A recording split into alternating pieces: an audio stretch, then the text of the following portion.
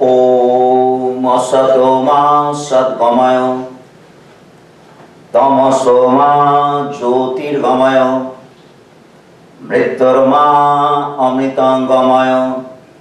Om Shanti Shanti Shanti. Om, lead us from the unreal to the real. Lead us from darkness to light. Lead us from death to immortality. Om, peace, peace, peace. The subject of my talk today is the light of lights.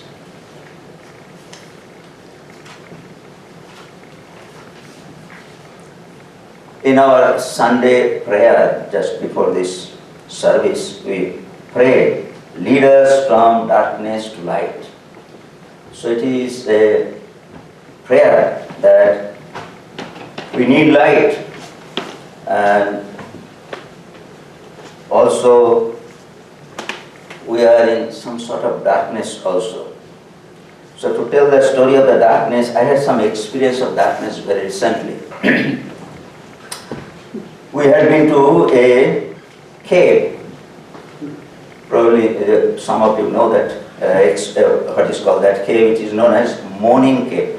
I had been to another cave earlier also, but this cave is very deep. And we went there just as a sightseer, and they take inside the cave in batches. So our turn came after some time. We had to buy a ticket, quite expensive, $15 I think. And there was a group of other visitors, mostly young. And a lady who was a guide explained everything. That means this cave is open for public since 1922. That means they are giving the tour since 1922. That was very interesting. That means it is going to celebrate centenary recently. And she explained everything. That means some remains of the human beings were also found while digging the cave, or in the cave were explored, which were about 15,000 years old. Then slowly we went inside the cave. It was very deep, hollow, and there was a spiral staircase, and we went down 235 steps down, just vertical, straight vertical. And there actually, that is the cave which is meant to be seen. So it is a huge cave in a sense. That means a hollow, and inside which we are told that Statue of Liberty can be put. That means it is so big, that means high and wide and all those things. But it seemed that it is very near. The walls looked very near to us. I did not believe that it could be that big. But definitely, since the guide was telling, it must be that big. And after explaining many things, then she gave an experience. The cave, as you can understand, is inside, so naturally there are artificial lights. That means the electric lights were there. And inside also, all around there are lights. And slowly she said that, well, would you like to experience what is darkness? So what she did, she slowly, one after another, not exactly one after another, one batch after another batch, in that way, she turned off the lights. And ultimately, it looked so dark. You cannot imagine that what is really darkness. And of course she was talking, and she explained that this darkness is so stark that we couldn't see anything. That means even our hand and all those things, we could not figure out. Only the voice from which she was talking, actually we could understand. And that gave an experience of darkness. Then of course she lighted a lamp in a sense, that is candle lamp. She lighted, and then actually saw in candlelight how actually it looks, that cave.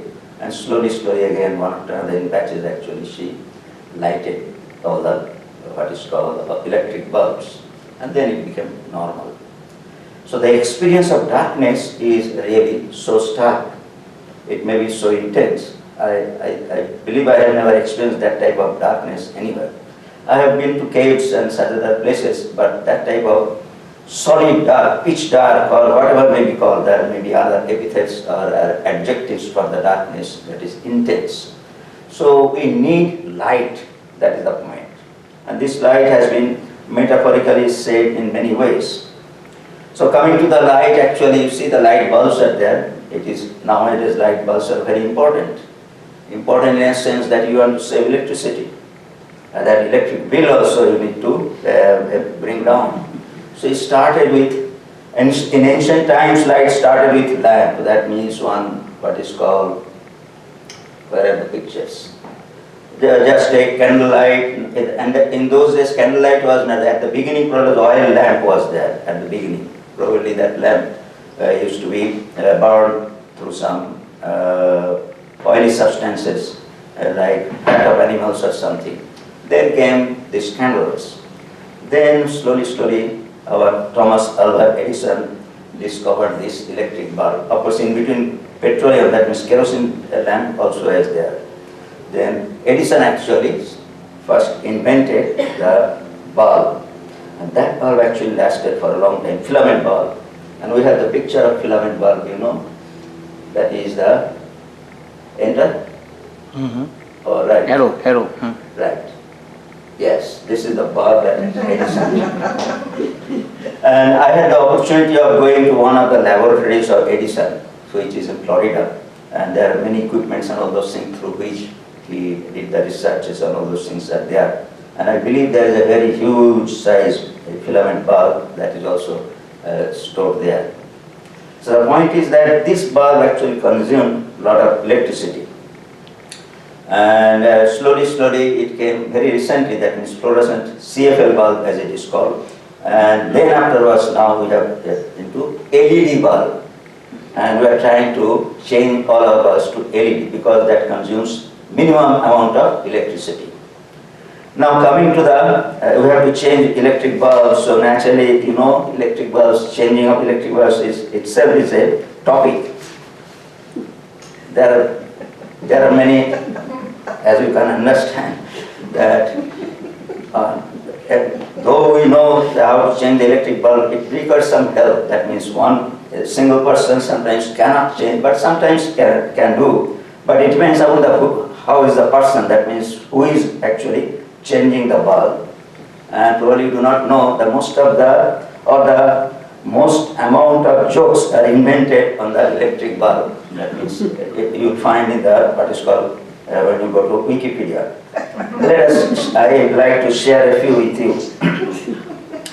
One is this: how many archaeologists does it take to screw in a light bulb? We have to change the light bulb, so naturally we have to think about who is actually changing. One team, but they all level every piece of the old one, mark its location in the room, and write a detailed description before determining that it was used to store cornmeal. That is the archaeologist finding. Then it is said, how many Harvard students does it take to change a light bulb? That is a very important question. Just one. For a student holds a light bulb and the universe revolves around him.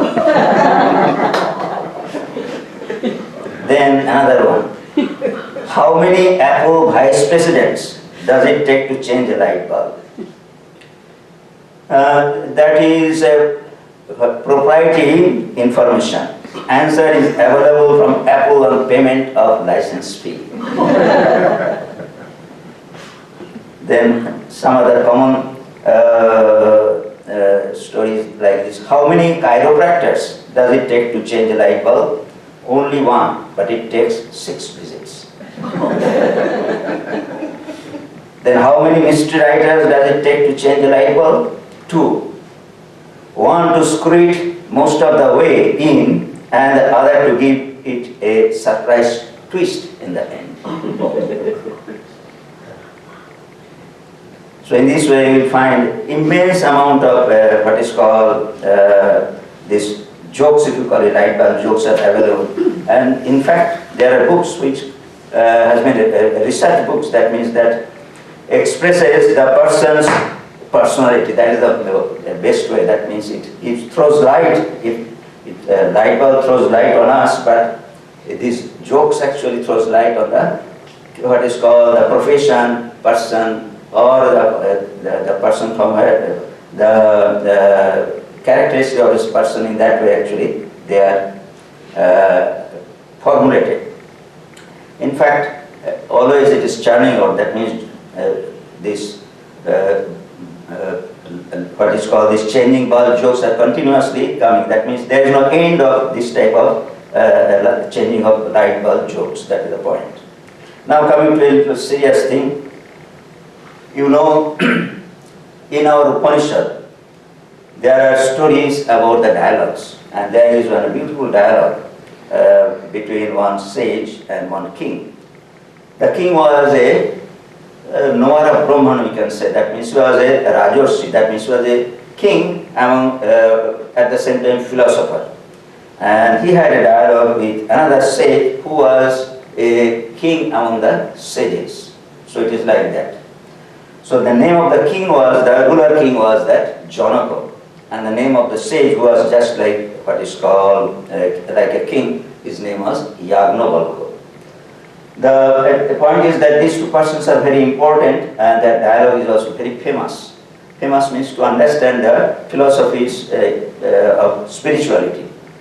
So Janaka was a great king of a kingdom named Videha. Videha is, if you have the concept of the geography of India, it is on the northern side of Bihar, just on the border of Nepal, like that. That kingdom was there, and he was a titular king. At the same time, he has a passion for philosophy. And in those days, kings were really what is called great patron of philosophers. So once he organized one yagna. That means kings actually perform yagnas. In a sense, that means what they do, they invite many kings and others, and also one of the yagnas is known as Ashwamedha yagna. That means in that yagna, that means fire service, one horse, good horse is released, and the horse actually grazes around or runs around to different territories. And in those days, kingdoms were not very large, like what is called like a big farm probably, or maybe just like a county or something like that. So it traveled according to its own will, and behind the horse there is to be a retinue of soldiers. So the places through which actually the horse traveled, and if there are different kingdoms, and if somebody wanted to check the horse, that means hold the horse, the fighters, the soldiers will fight with that person or the king, and in that way release the horse. And in that way, different kings which were surrounding, they used to surrender to the what is called the king who actually wanted to perform this type of sacrifice. That was the idea.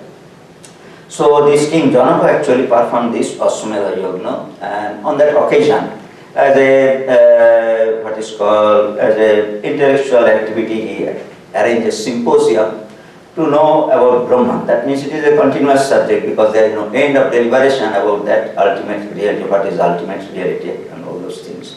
So he organized that, and to attract what very learned or persons, that means the sages and intellectuals, what he did, he said that, well, I reserve these 1,000 cows. In those days, cows were very important.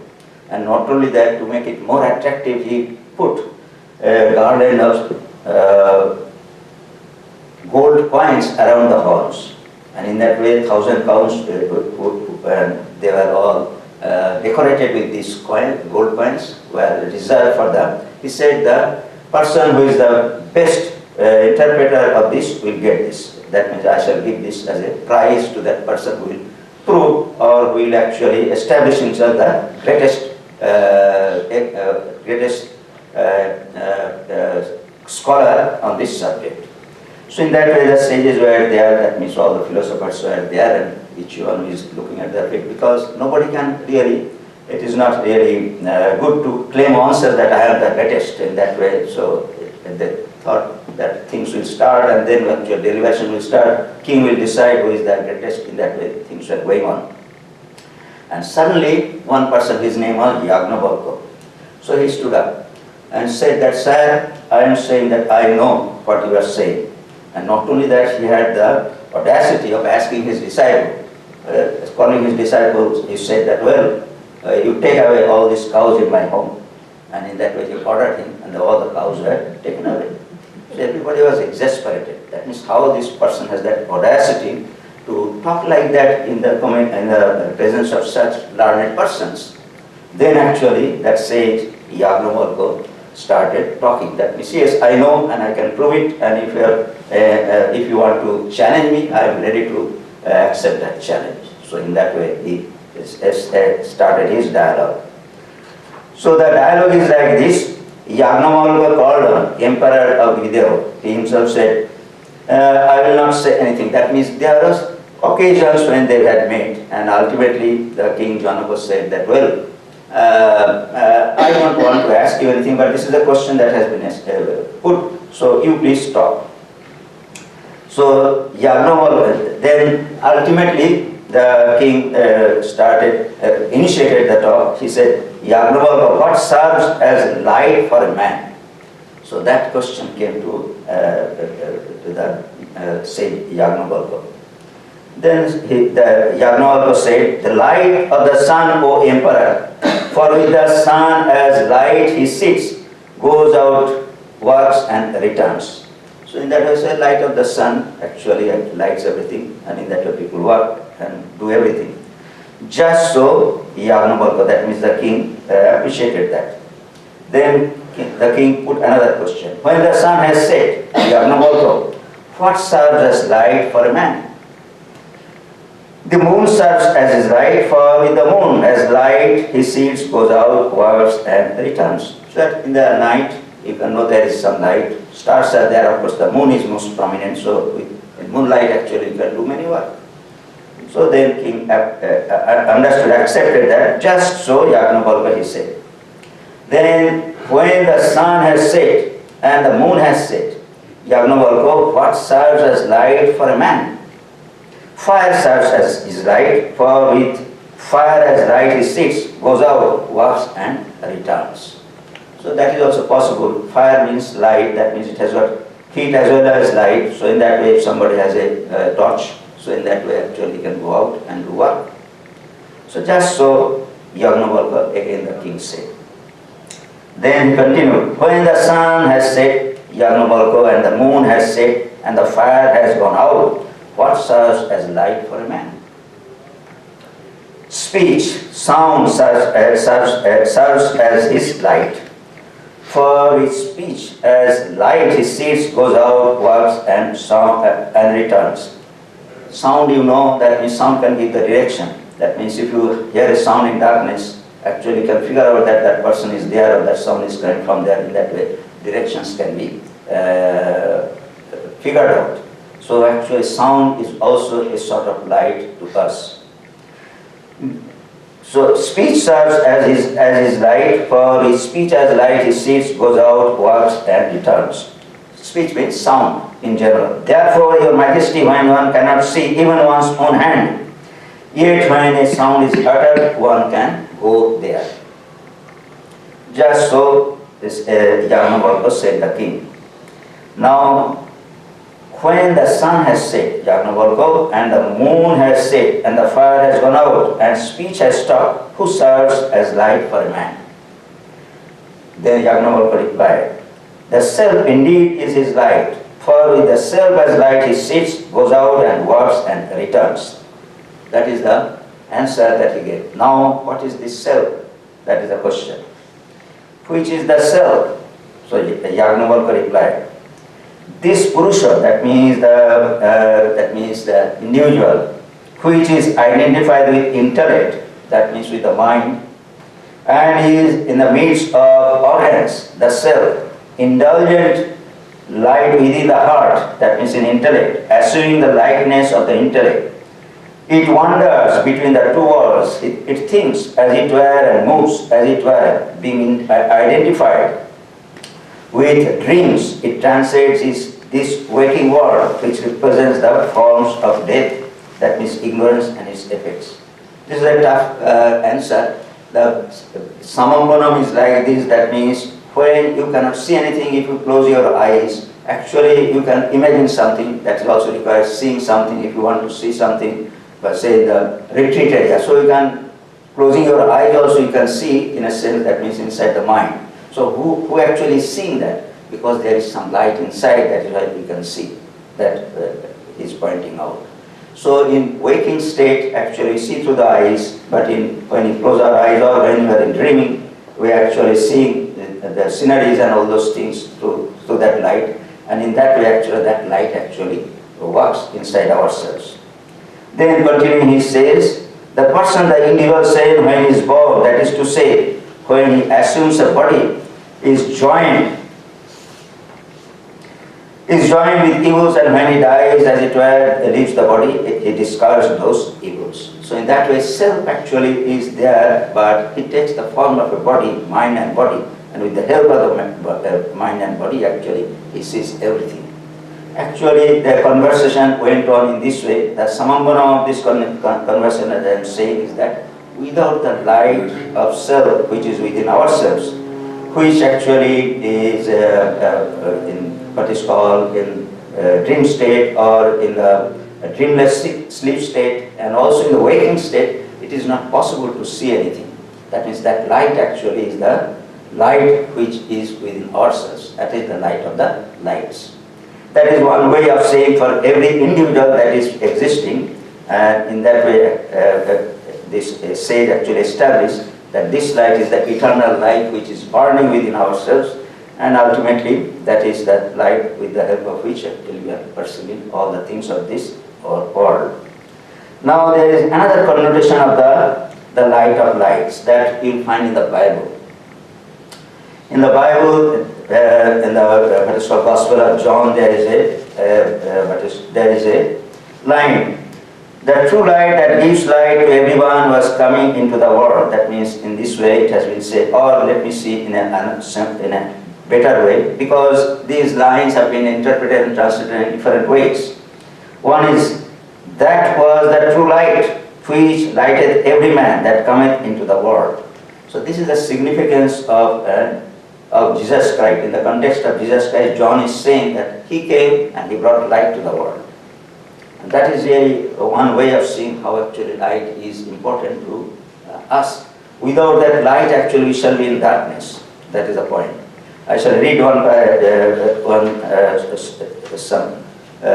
from Swami Vivekananda, how actually he has explained that this light is the most important light, which actually is whose help actually we take for our enlightenment. So in the context of Jesus Christ, John has said that he is coming, or he has come to enlighten us. So who is he? So in the case of Christianity, it is, we know that definitely it is Jesus Christ. But in Hindu system, our Vedanta system, we say that yes, there are persons who brings light, spiritual light to us, and with the help of which we can get enlightenment. And they are called incarnations, avatars, as we call in Indian language. So there were many, as has been said by Lord Krishna, that when there is a necessity, ignorance prevails. That means people are groping in darkness. Darkness in a sense, that means in unrighteousness, evil, vices and all those things, and they are not really finding any solution. At that time, actually, what is called God incarnates as a human being. And in case of Jesus Christ, that was true, but in Indian system, if you call it, time to time, we see that this type of personalities come and enlighten us and shows us the light to spirituality. So it has come in this way. Rama came, then Krishna came, we call Buddha is also, and Jesus Christ, we accept that. And also in our time, Rama Krishna is one of them, as we shall see how actually we can consider him to be an incarnation of God. So let us move on. This is a picture of Rama. Rama, you know, during his time, it is said that the sages, those who used to do spiritual practice, they are pestered by many evil forces. Ravana was one of the greatest of them. That story is there in Ramayana. So he came to kill this type of what is called evil energies, if you call it, and in that way he established righteousness. In time of Krishna also we see that there were unrighteousness because of the Duryodhana, the Kauravas and all those things, and he established up this war, and then everything was, when Yudhishthira became king, in that way he established righteousness. And in case of Buddha also we see that at that time in the name of religion, ritualism and other things used to go, and people were really not finding the solution of their spiritual quest. So he came and established that. He even denied God. And in the time of Christ also it was similarly, that means in the name of religion, what is called weird things were practiced. And in case of Sri Ramakrishna we see that we are skeptics, that means we did not, most of the people did not believe in religion, that God, whether God is existing or not. Atheism actually came to be prominent. And not only that, religions, different religions started fighting with each other. That means my religion is true, your religion is wrong, in that way. So he actually solved that burning problem of this age. So in that way, these are considered the lights of lights. In that way, that means not only light of lights, but lights of lights, if you call it, probably it will be more appropriate. So let us see how actually Swami Vivekananda has put it. That means, who are they really, these lights? So he has said in one of his talks, as in Christianity and Hinduism, there is a concept that God incarnates as a human being. That means God himself. What we can think of God, the way we can think of God, actually we have to apply analogies or examples, and in that way we construe God. Until and unless we have seen God. Even if you see God, probably you will have to describe him with these words, that is the point. So it is a matter of experience that one can have.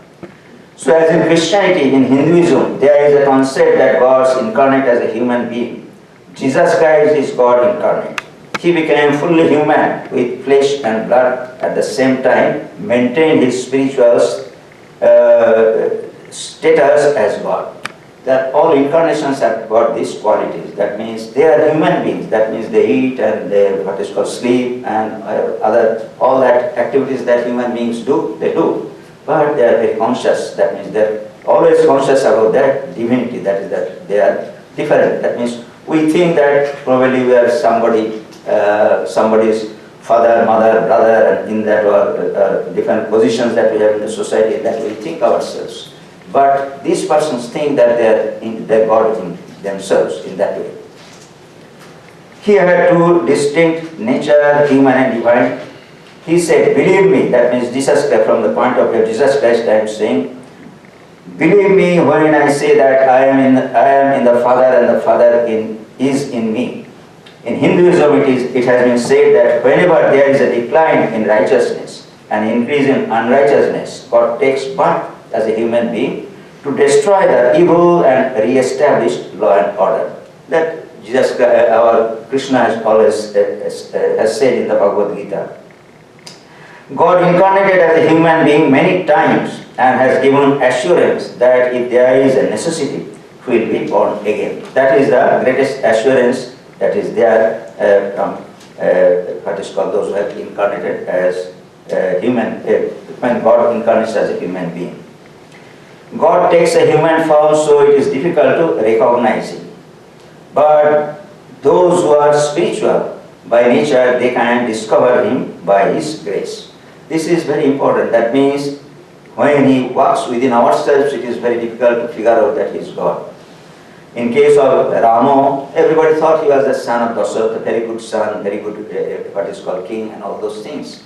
But very few actually could figure out that he was incarnation of God, except as Ramakrishna has probably 15 or 18, I think 18 sages only could recognize him as incarnation of God.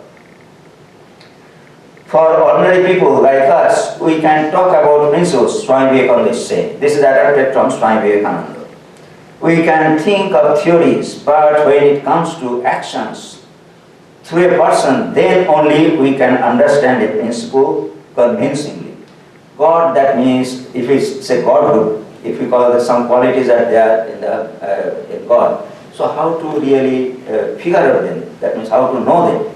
So Swami Vivekananda is saying that yes, if an example, that means he embodies those qualities, then actually can figure out, yes, this is the God, what is a perfect compassion or truthfulness and all those qualities that inherit God, that we can understand. Majority of mankind take refuge in the extraordinary personalities known as incarnations of God. To understand God, actually you have to take the help of this type of persons who are incarnations of God. We are compelled to worship these personalities for our good.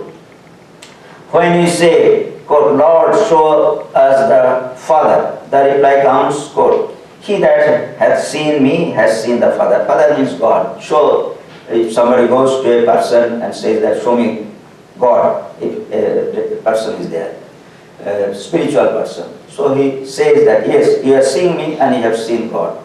So that type of confidence or that type of example he actually bears.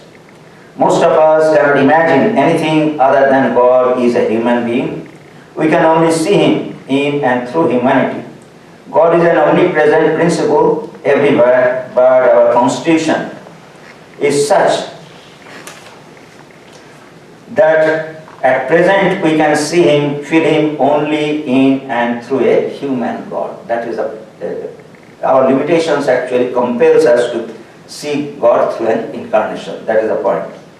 We are like people who have lost their way, but God comes as an emperor when He takes a human form. We do not know what is the meaning of our lives. Today we are doing one thing, tomorrow another. That is another point. That means we are lost persons. That means today we are always compelled to do something which actually is just very ordinary. That means we do not have any permanent direction as such for most of us. From the history of mankind, we know that when the incarnations come, from their very birth, their mission is found and followed. That means they know what needs to be done and they are equipped with that knowledge or power to do that also. The whole course is laid out and they do not swerve. They come with a mission. They do not reason about that. They speak directly because they see the truth as we see palms of our hands. That means they know what needs to be done and they know everything. So in that way it is not overconfidence, but it is their mission for which actually they have come. So in that way they proceed. They not only see but they show us also. If we were asked, is there any God? And if we say yes, then to support Swami Vivekananda is saying that yes, that is a sort of, just if somebody says, is there God, we believe in God, you say, I believe in God, then how actually you believe in God? That means cannot prove. So that point comes.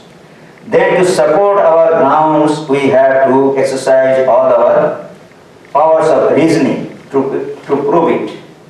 But if you had approached an incarnation and said, is there any God? The reply would be yes. And if you ask, is there any proof? The reply would have come, behold the Lord. So in that way you say that, see Lord, see God. In that way they have that type of confidence. The reply would be, it is a matter of direct perception. No groping in the darkness. It is the strength of direct vision. The faith is immediately transferred. That means it is not that he is just uttering a few words just to convince you. That means the conviction actually automatically. That means you will become illumined at that point. That is the point. In these great teachers, we always find one sign that they have intense faith in themselves.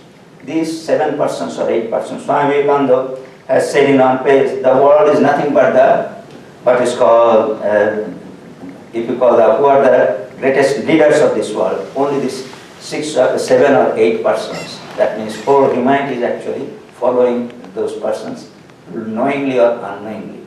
So they have such an effect on the humanity. Such intense faith is unique and for us difficult to understand.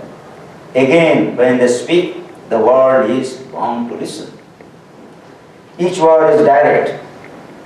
The words come with a power behind. These great teachers are the living gods on this earth. whom else should we worship? They are higher than any conception of God that a human mind can form. So this is the actual concept of God that means light, that means light of lights as it is called, that and they are the incarnations that we can conclude. So this is the what is called. Other than also, in spiritual field, sometimes we see there are many evolved spiritual souls. Who are they then? So in our scriptures it has been said there are 4 types of persons. That means these incarnations are topmost. That means they rarely come. That means they are a necessity.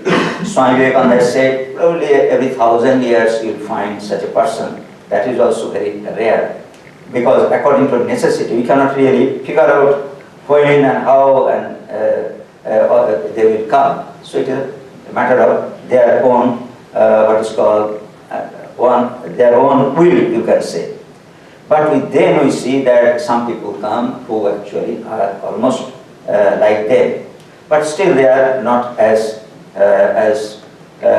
what is called as spiritual as the incarnations. And they are called Ishwar-Kodis in our language, that means in Vedantic language, ever free souls. You will find with Jesus Christ there are 12 apostles, and with Ramakrishna also we see there were 16 direct disciples whom also we give that respect, because they came to further the mission of these incarnations, because incarnations take the form of a human being and all the limitations of a human being is also there. That means body will die. So body, in those days the what is called the health conditions were poor, so naturally they could not live for a long time. Of course, we see of all the incarnations, Krishna probably lived longest, 120 years, which is really fantastic. Buddha 80, 81 years. Then Sri Ramakrishna 51 years, Jesus Christ 30, 31, something like that. So their body has got its limitations. So what about the mission? Can these incarnations complete their mission within this short period of life? That is not possible. That is why they bring with them some what is called spiritually evolved persons. That means souls. They incarnate in these incarnations. They are called Ishwar-Kodis. So in this way, actually, when they live, actually they propagate, and in that way, actually, the mission is start rolling, and in that way, according to Swami Prapannananda, the mission will continue for about 1,000 years. Then again, actually, there will be decline. Then again, God will have to come as an incarnation to revive religion and righteousness. That is in this way, actually, civilization or the history of the religion is progressing. There are, in spiritual literature, there are ways by which actually they can be recognized also. If somebody claims that I am a God, so you naturally probably first thing that will say that, well, that person must be out of his brain. That means that is the first impression.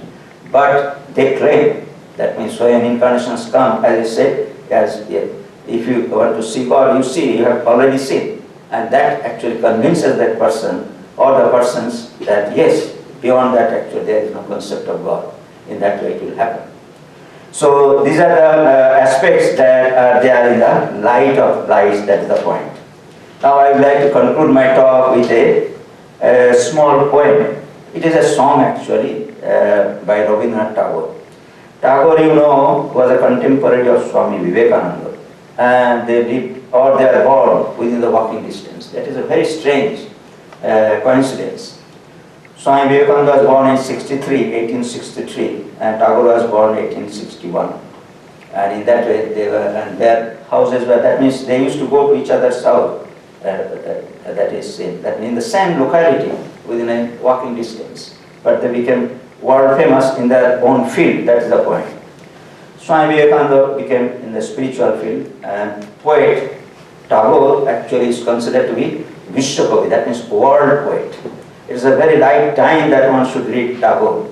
Those who are not exactly trying to what is called spirituality, but at least expand their vision of what is humanity, to see the humanity from the point of view of a what is called universal point. So he is very, his thoughts and ideas are very conducive for that. So he was a poet essentially, but he wrote other literary, he had many other literary work also, but he is respected as a, what is called, Mahatma Gandhi also respected him, and he is considered to be Vishwakavi, that means world poet. So he wrote one poem, and it is also in the form of song on light. It is the philosophy of Tagore is a little different than the philosophy of Swami Vivekananda, though actually there is subtle difference in a sense that means Tagore said that I want to respect or enjoy, if you call it, the creation. That is the point. That is the general understanding of ordinary person.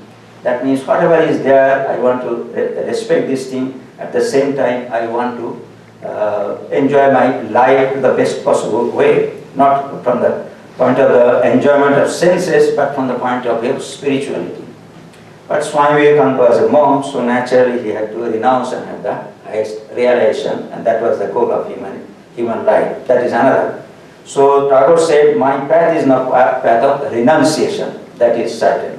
He was a poet and he has a lot of what is called creation and also earned a lot of respect. He was a Nobel laureate also, and all those things actually he had. He came to this country also. He established one university which is known as Vishwabharati. That means it is a learning center for the whole world. In that way actually he established that. So he composed this poem, Alo Amar Alo Go Alo Bhuvan. This is a very popular song that we see many Bengali, those were singers, they learned these songs from the early age. But the translation by the poet himself, he had translated this Bengali song for the what is called other persons of other language in English. He says, light my light, the world feeling light, the eye kissing light, heart sweetening light. Ah, the light dances, my darling, at the center of my life. The light strikes, my darling, the chords of my love.